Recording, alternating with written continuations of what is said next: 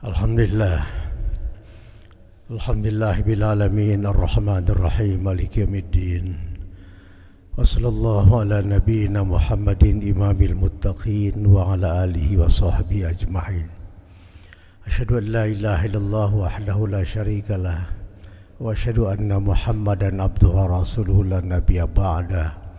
Allahumma shalli ala Muhammad wa ali Muhammad fa ya ibadallah ittaqullaha haqqa tuqatih wa la tamutunna illa wa antum muslimun. Shadaqallahul azim. Hamba-hamba pilihan para kekasih Rasul, jamaah salat Jumat Masjid Ar-Ridha. Tasbih tadzkir kita panjatkan hanya kepada Allah, Zat yang telah memerintah kepada kita semua supaya saldo-saldo hidup ini dihabiskan semata-mata untuk ibadah kepadanya. Allah perintah itu semua kepada kita supaya di dunia hidup kita selamat, di akhirat jadi hamba yang disayang oleh Allah Subhanahu wa taala. Salam sejahtera abadi kita sajikan pada Rasul yang agung, Nabi kita Nabi Muhammad sallallahu alaihi wasallam. Saudara-saudara, di zaman Nabi khutbah ini pidato mingguan Rasulullah, jadi tidak dibutuhkan waktu lama. Saya hanya ingin menyampaikan soal-soal general saja, garis-garis besar agama. Saya persilakan saudara-saudara memperluas isi khutbah ini sampai pantai-pantai Atlantik indahnya ajaran Islam yang diturunkan dan diterima oleh Rasulullah. Mari kita mulai. Ada sebuah hadis dalam kitab Al-Um. Saya bacakan hadisnya supaya bapak-bapak nanti mudah menangkapnya. An Nabi Hurairah, dari sahabat Nabi namanya Abi Hurairah. Anna Nabi sallallahu alaihi wasallam, sesungguhnya Rasul yang agung Nabi Muhammad sallallahu alaihi wasallam qala, pernah bersabda, may ya'khudhu anni hadhil kalimah fayamalu bihinna. Umatku sayang, kata Nabi. Allahu akbar, Nabi itu santun sekali orangnya. Umatku sayang, kata Nabi, siapa di antara kalian yang siap sedia mengamalkan petunjuk yang hendak ku sampaikan petang hari ini kepadamu? Bukan cuma kau sampaikan, kau beritahu kepada sahabat-sahabat kita yang karena udzur syar'i tidak sempat hadir di majlis kita ini. Qala Abi Hurairah, salah seorang sahabat Nabi yang hadir namanya Abi Hurairah menjawab, fakultu, seraya katanya, nya Abi Hurairah, ana ya Rasulullah, saya siap sedia mengamalkan petunjuk baginda dan akan saya sampaikan, saya dakwahkan kepada orang. Fa akhadha bi yadi, diambil tanganku perlahan-lahan oleh Nabi. Fa ada khamsan, Nabi menghitung 5 bilangan. Nah, bapak-bapak, kalau ingin selamat hidup amalkannya 5. Sederhana sekali, mudah untuk dibaca, tapi kita riyadhah, kita belajar mengamalkan petunjuk Nabi ini. Pertama, kata Nabi, kalau ingin selamat hidup, ittaqil maharima takun na'budan nas. Umatku Muhammad, kau Rasul memang, jangan suka makan barang haram hidup ini. Orang-orang yang sepanjang hidup pandai menghindarkan diri dari barang yang diharamkan oleh Allah, pasti dia jadi hamba yang takwa kepada Allah. Jadi saudara-saudara, makanan itu dalam ajaran Islam punya kaitan yang sangat kuat dengan ketekunan ibadah kita kepada Allah. Bapak-bapak percaya orang yang gemar makan barang haram hidupnya tidak berkah? Percaya, Bapak? Itu sebabnya koruptor tidak pernah menikmati hasil korupsinya. Bapak cari. Mana koruptor menikmati hasil korupsinya? Wa na'udzubillah. Andai kata bapak makan barang haram, kita lah, nggak usah bapak, kita. Andai kata kita makan barang haram, bapak sholat, sujud gitu. Waktu sujud kita baca subhanakallahumma rabbana bihamdika allahumma ighfirli ya Allah. Atau barangkali pendek saja subhana bil a'la, begitu, wa bihamdi. Waktu sujud lupa kita kepada Allah. Bapak tolong periksa, bulan ini mengkonsumsi apa kita? Coba saya rubah ke bahasa dakwah. Jadi asyik masyuknya kita berpelukan, bercinta dengan Allah kalau tubuh ini bersih. Itu sebabnya konsep rizki dalam agama bukan banyak, Bapak. Halalan thayyiban mubarakah. Rizki kecil, berkah, anak jadi sarjana, saleh, rumah tangga sakinah, hidup berkah. Bapak jadi orang kaya, ndak usah miliarder, triliuner, Bapak kaya, harta Bapak haram, Kalau nggak habis di rumah sakit, habis waktu pensiun. Percaya Bapak itu. Ittaqil maharim. Sadaqta ya Rasulullah. Jangan suka makan barang haram. Bapak-bapak, adik-adik di belakang, kita dapat uang haram. Andai katanya lau, andai kata, bukan idza, bukan in, lau, kalau. Andai kata kita dapat barang haram, kita serahkan pada istri, itu barang haram. Qabla isya, asya, sebelum makan malam, kita sebelum salat isya, makan malam. Nanti darah istri haram, darah kita haram, daging istri jadi haram, daging kita jadi haram. Kita koitus senggama, dipancarkan sperma, diterima ovum, 9 bulan lahir jadi bayi. Bapak percaya, bayi yang dilahirkan dari uang haram tidak mungkin jadi anak saleh. Percaya Bapak? Kenapa anak-anak kita sekarang jauh dari agama, membantah orang tua, tidak menerima agama? Kalau saya harus pakai bahasa seminar, sulit menerima tongkat estafet kepemimpinan bangsa. Tapi tidak usahlah kita pakai bahasa itu. Kenapa anak-anak kita kok jauh dari kebenaran? Jangan cuma disalahkan anak. Jangan-jangan orang tuanya salah cari rezeki. Hati-hati. Saudara-saudara, bapak-bapak, adik-adik di belakang, kita hidup di dunia ini cuma sekali. Di dunia ya, di dunia cuma sekali. Kalau salah hidup yang sekarang tidak bisa memperbaiki diri kita. Itu sebabnya saya katakan tadi, kita habiskan saldo hidup ini semata-mata buat ibadah kepada Allah. Hindarkan barang haram itu. Jauh dari keberkahan itu. Bapak hidup kaya dari uang haram, kena sakit jantung kardiovaskuler, operasi jantung 8 kali tidak sembuh. Buat apa kaya? Kita kan punya rumah sakit harapan kita. Para profesornya insya Allah 99 muslim itu. Bapak tanya, orang-orang yang kena jantung kardiovaskuler sampai operasi 4 kali gak sembuh-sembuh siapa? Jawabannya pasti dia banyak makan barang haram. Pasti itu jawabannya itu. Saudara-saudara, para profesor jantung di harapan kita itu rata-rata tidak suka kalau melihat ulama-ulama sakit. Jadi kami bisa berdialog bebas betul dengan mereka itu. Kalau kami dirawat betul oleh beliau-beliau itu. Bapak, kalau orang sudah banyak tidak bisa tidur malam, mimpi-mimpi buruk, gelisah, resah, untuk apa hidup kaya itu? Sayang khutbah tidak mungkin panjang lebar kita bisa. Nanti kita ngaji. Saya tutup saja. Jangan makan barang haram. Ucapkan baik-baik itu. Kalau haram hurimat alaikum, kalau makan darah, daging babi, binatang mati tercekik, dipotong bukan karena Allah, itu gampang. Itu gampang ngajinya itu. Itu ngaji sangat teman kanak-kanak itu. Yang paling sulit makan barang haram itu rizki. Berapa banyak orang sekarang berkata halal haram soal kemudian, yang penting aku jadi orang kaya. Saudara, hidup dalam Islam ini bukan kaya, berkah yang kita cari gitu. Yuk kita lanjutkan yang kedua. Warḍu bima qasaballahu laka takun aghnan nas. Muhammad, kau rasul memang. Warḍu, terima dengan senang hati, bima qasamallahu laka, tentang apa yang Allah anugerahkan kepadamu. Takun aghnan nas, nanti kau akan jadi orang kaya dunia akhirat. Rizki sinonim kata anugerah.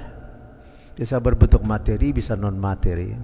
Rumah indah itu rizki, sertifikat tanah rizki, simpanan uang di bank itu rizki. Tapi bapak-bapak jangan lupa, kesehatan itu rizki. Apa arti kekayaan tanpa kesehatan? Hidup kita kaya, Allah takdirkan kena penyakit kanker otak. Mau bilang apa kita? Coba bayangkan, mau bilang apa kita? Kesehatan itu rezeki besar. Kalau kita diberikan sehat, berkah hidup, tidak pandai bersyukur, wah, ujungnya tidak enak. Anak saleh itu rezeki besar. Kalau kita buka Quran ada ghulamin halim, anak yang mampu menjalin kemampuan rasio dengan akal budi, itu rezeki besar. Bapak kalau punya anak soleh, bapak boleh hidup miskin. Anak saleh itu rezeki terbesar dalam hidup itu. Coba saya pakai bahasa dakwah sebentar. Waktu bunga-bunga di atas pusara telah kering kerentang, tanah di atas pusara telah kering disengat mentari, doa paling indah cuma satu, doa anak saleh. Bapak jangan marah, ini khotbah. Saya sudah berusaha pakai bahasa yang datar. Andai kata selesai salat Jumat, Bapak meninggal dunia, apa di masjid, apa di jalan, Bapak meninggal, Bapak sudah punya anak saleh itu. Lenggang dunia pendidikan dewasa ini tidak mendukung anak kita jadi anak saleh. Bapak baca kurikulum sekolah zaman sekarang, tidak mendukung anak jadi anak saleh. Untung kita sekarang punya Al-Azhar, punya Gontor Ponorogo, punya Al-Kausar dan lain-lain. Untung sekarang banyak sekolah Islam modern, sekolah-sekolah Muhammadiyah, bagus. Tapi kalau Bapak mengandalkan sekolah biasa, ingin anak kita jadi anak baik, la salam wala kalam, nggak ada cerita itu. Kurikulumnya tidak mendukung anak jadi anak baik. Belum lagi anak di rumah baik, di sekolah baik. Yang membuat anak rusak itu kan antara rumah dan sekolah. Kurikulumnya rusak. Lembaga-lembaga keamanan yang mestinya menangkap para narkobais, mereka jadi pengedar. Anak saleh itu rezeki besar. Wanita salehah itu rezeki besar. Wanita yang dalam agama disebut al-jannah tahta aqdamil ummahat. Pendidikan yang diberikan seorang ibu menentukan langkah anak ke surga apa ke neraka. Itu rezeki besar itu. Kalau bapak punya istri macam itu, sayangi, timang-timang dia. Rezeki besar. Masyarakat marhamah macam di Bukopin begini. Masyarakat yang saling tolong menolong, sayang menyayangi, cinta mencintai. Kalau bertemu berpelukan, assalamualaikum, bagaimana kabar, keluarga di rumah, itu rezeki besar itu.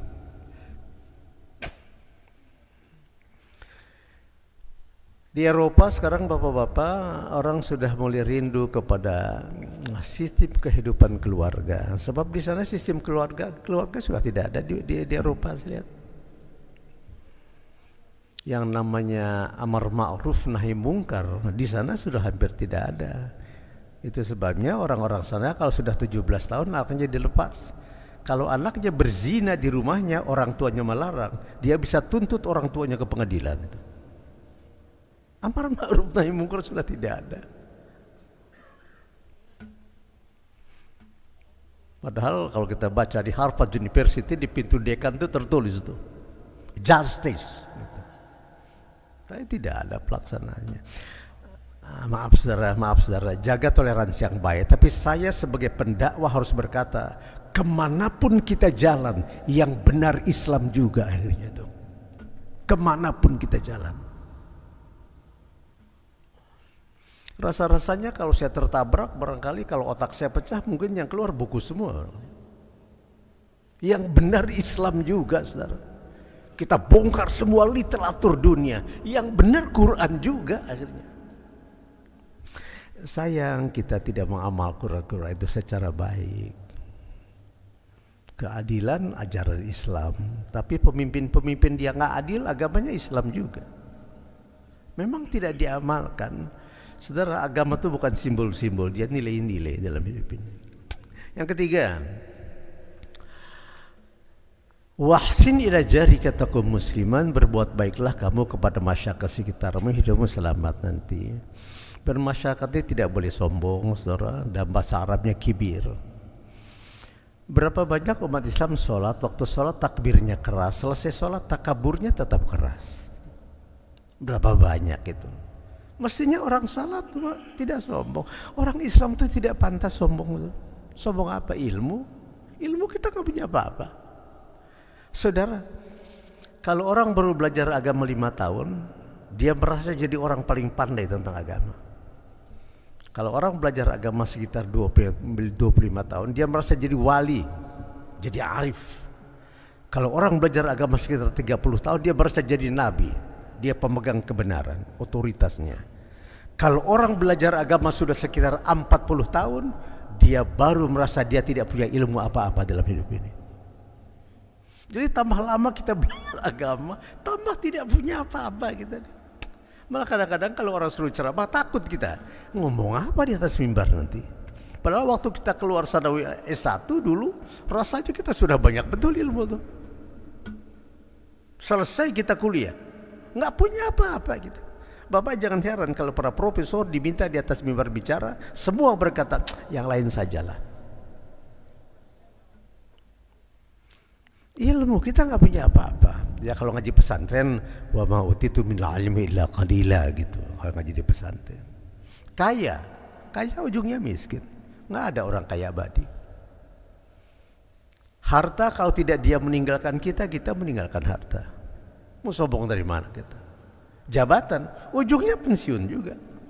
Malah banyak orang pensiun kena post power syndrome. Saudara, jabatan dan harta itu baru bernilai besar kalau dimanfaatkan buat ibadah kepada Allah. Jadi pemimpin mengajak masyarakat dan rakyat beramal saleh.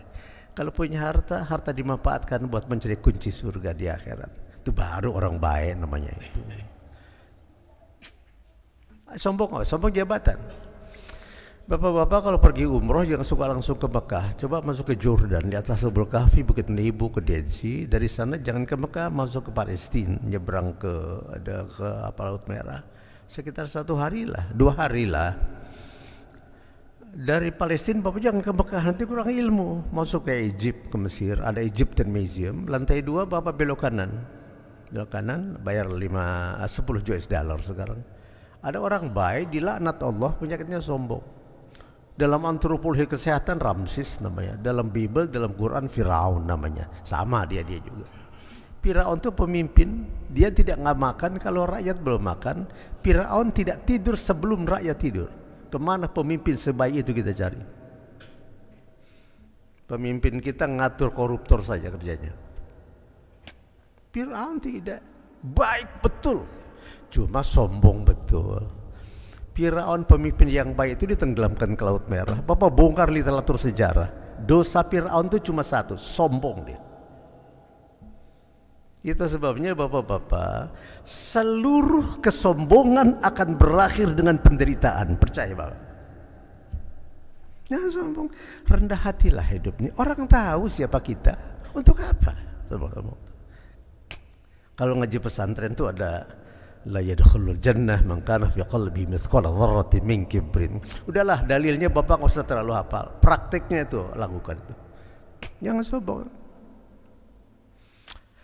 Hidup yang paling indah itu tawadhu, rendah hati. Bukan minder ward hate kompleks, bukan rendah hati, bukan rendah diri. Hidup tidak boleh hasad, saudara. Itu prinsip-prinsip ajaran agama kita. Saya kira hasad semua tahu. Pendengki, dengki, penyakit yang tidak suka apabila melihat orang mendapat rahmat Allah. Enggak boleh itu. Imam Ghazali ngarang kitab, Abu Habib Muhammad bin Ahmad Muhammad Ghazali. Al-Ghazali, di kita dikenal Al-Ghazali. Ada kitab Ihya. Kata Imam Ghazali, pendengki dengan setan tidak punya jarak. Itu bahasa ulama, halus sekali. Kalau pakai bahasa di Bukopin barangkali pendengki itu setan bermuka manusia. Kalau manusia sudah pendengki, dia setan dia. Mukanya saja manusia. Dalam Quran keras Allah, keras. Hasidin idza hasad. Manusia pendengki, kalau anfal dengkinya kata Allah, dia gila sebelum mati. Keras betul Allah. Saudara, kalau ngelihat saudara kita dapat rahmat, dapat jabatan, dapat isi, kita mesti bahagia, mesti bersyukur. Begitu akhlak dalam Islam diajarkan. Yang keempat, wa hablin nas ma tuhib nafsik, takum mu'minan, cintai saudaramu seperti kamu cinta pada dirimu sendiri. Imanmu tambah lama tambah kokoh nanti. Saudara, dalam agama jelas innamal mu'minuna ikhwah. Orang yang satu akidah dengan kamu itu saudara kamu. Jadi satu ibu, satu bapak, lain agama. Dia cuma teman ngobrol di dunia, saudara. Masuk barzah. Apa barzah kalau pakai bahasa Bukopin? Waiting room, transit house. Masuk barzah sudah pisah. Jadi yang dalam Az-Zuhruf bahwa orang yang masuk surga itu sekeluarga, itu orang-orang yang imannya sama sekeluarga, bukan setiap orang. Ya terbantah faham yang mengatakan semua orang bisa masuk surga. Tidak. Tuhan tidak pernah berkata seperti itu. Akidah itu saudara pertahankan baik-baik. Dia bukan baju akidah itu. Dia mesti kita buhul, kita bawa sampai mati.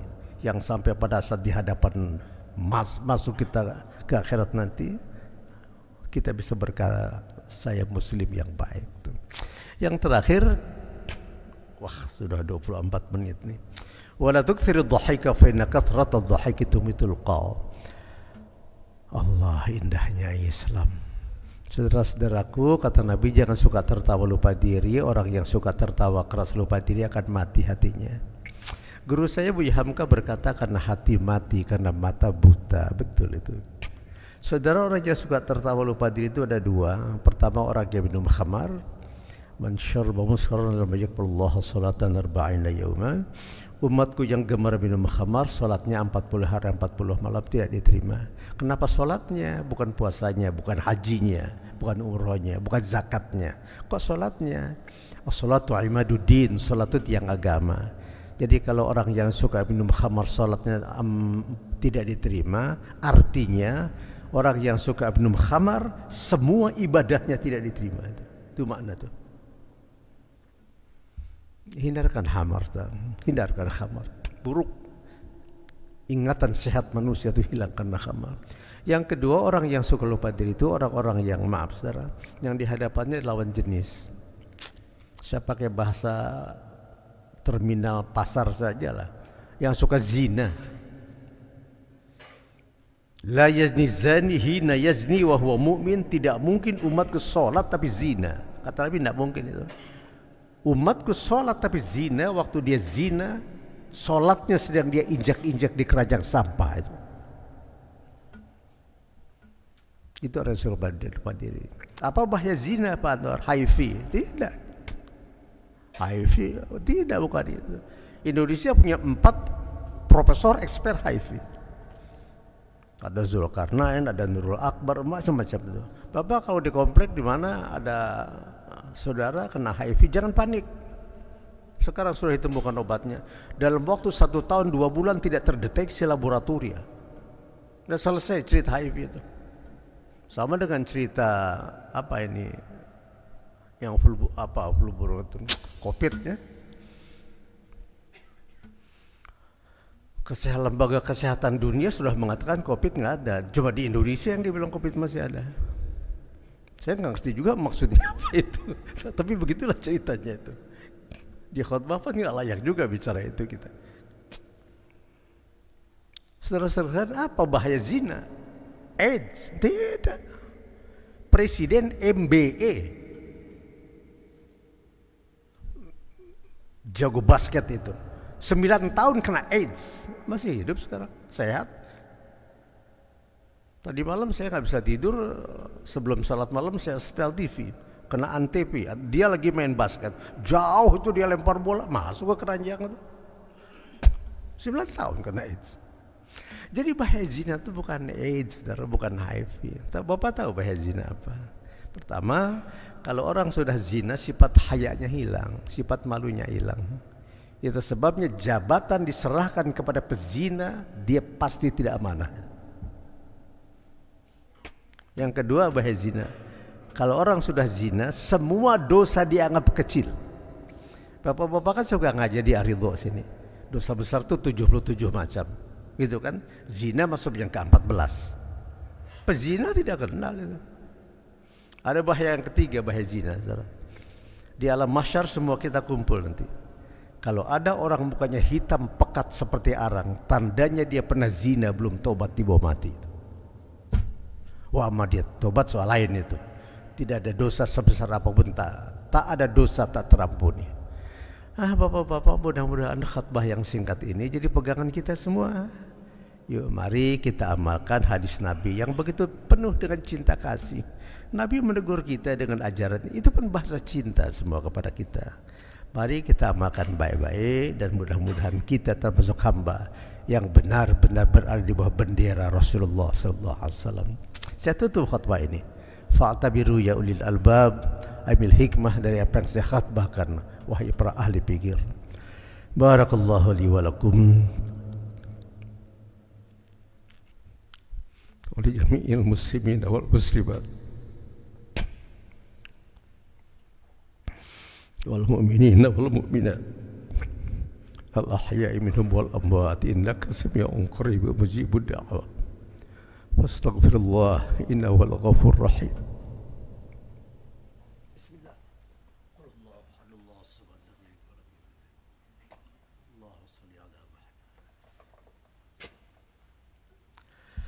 Alhamdulillahil jabbaril azim al qaharil qadim al ghafurur rahim alladhi 'azzaman tuhitu bil awham mu'azzaful idrik wal yaram. Asyhadu an la ilaha illallah wa asyhadu anna Muhammadan abduhu wa rasuluh. Allahumma shalli ala Muhammad wa ali Muhammad.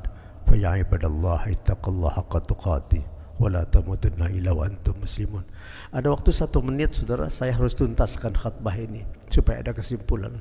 Saudara, orang baik bukan orang yang tidak pernah berbuat salah, bukan.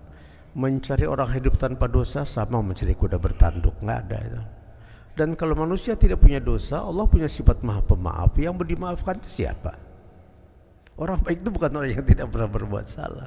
Orang baik itu kalau sekali waktu dia berbuat salah atau banyak berbuat salah, mungkin salah besar, dia dengar ceramah, dengar khutbah, ngobrol sama orang saleh, sadar dirinya salah, ia kembali ke jalan yang benar. Itu orang baik namanya. Bukan istighfar ya. Kalau istighfar, kalau ngaji pesantren, taubul maghfirah, minta ampun itu istighfar. Kalau taubat bukan minta ampun, ar-ruju' ilallah, dia kembali ke jalan Allah, jalan kebenaran. Umar bin Khattab itu kepala rampok Mekah Madinah, barang haram dia makan. Saya pernah halus sedikit bahasanya, maksiat tiap hari. Jadi Umar tuh bapak-bapak dosanya sempurna betul Umar tuh. Tapi dengan adanya baca Quran, Toha ma anzalna alaikal Qur'ana litashqa, Umar masuk Islam. Jadi orang saleh hartanya manfaatkan buat ibadah, keluarganya diarahkan kepada Islam, dia jadi ahli ibadah. Sekali waktu Nabi berwudu kehabisan air, Umar lari cari oasi, didapat air, dituangkan ke Nabi yang sedang berwudu. Habis berwudu Nabi pegang jenggot begini, dibasuh. Kata Nabi, Umar, kamu tahu nggak? Ada sahabatku akan masuk surga tanpa hisab. Dia macam elektro. Apa elektro? Buruk, kilat.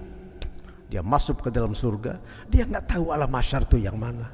Kata Umar, man huwa ya Rasulullah? Itu siapa orangnya ya Rasul? Kata Nabi, orang yang masuk surga tanpa hisab antara engkau orangnya. Dosanya besar. Bapak-bapak ini dosanya dosa apalah? Dosa-dosa kecil semua. Andai kata pun sempat berbuat dosa besar, jadikan khutbah ini jalan masuk untuk bertobat kepada Allah. Salman Al-Farisi musyrik, penyembah api, masuk Islam. Kata Nabi, Salman, ada sahabatku tidak pernah tahu alam mahsyar itu yang mana nanti. Kata Salman, man huwa ya Rasulullah? Itu siapa orangnya? Kata Nabi, kau Salman Al-Farisi. Padahal itu musyrik. Jadi musyrik yang tobatnya tidak diterima, musyrik yang dibawa mati. Kalau musyrik tengah jalan tobat, masuk Islam dia tobat, Allah terima juga. Saudara-saudara saya kemarin di Rotterdam, di Belanda, saya meresmikan masjid itu apa? Sebahagian yang hadir, sebahagian tidak muslim. Waktu pimpinan masjid bertanya, Pak Anwar, gimana separuh orang mau dengar ceramah Bapak? Saya bilang kasih kesempatan. Tapi mereka mau ke masjid, masukkan ke masjid semua. Masuk semua ke masjid. Waktu itu saya bicara tentang peradaban Islam. Saya jelaskan Islam. Bapak, maaf ini sedang khutbah. 14 tokoh agama lain masuk Islam. Pak Anwar, Islamkan saya. Dia masuk. Diterima tobat saya. Saya bilang, Tuhan sedang tersenyum sekarang menyambut Anda masuk ke dalam Islam. Menangis mereka dan masuk Islam. Ramadan kemarin, pertengahan Ramadan sempat datang ke Indonesia. Kami berpelukan, berciuman, berbagi cinta. Ya, saudara yang sejati itu kan saudara yang seagama dengan kita. Saudara, khutbah tidak mungkin terlalu panjang. Nanti lain kali kita ngaji saja. Saudara, saya tutup khutbah ini. Saudara-saudaraku, kesana saldo hidup hendaknya kita arahkan bersama-sama. Allahumma sholli ala Muhammad wa ali Muhammad. Allahumma salli ala malaikatikal muqarrabin wa anbiya'ika wal mursalin wa ahli ta'atika ajma'in wa ahli ta'atika ajma'in wa ahli ta'atika ajma'in. Allahumma ja'alni arhamar rahimin. Allahumma inna a'udzubika min adzabil qabri ya Allah, wa min fitnatil mahya'i wal mamat, wa min fitnatil masiihid dajjal. Allahumma ya Rabbana atina fid dunya hasanah wa fil akhirati hasanah wa qina adzabannar wa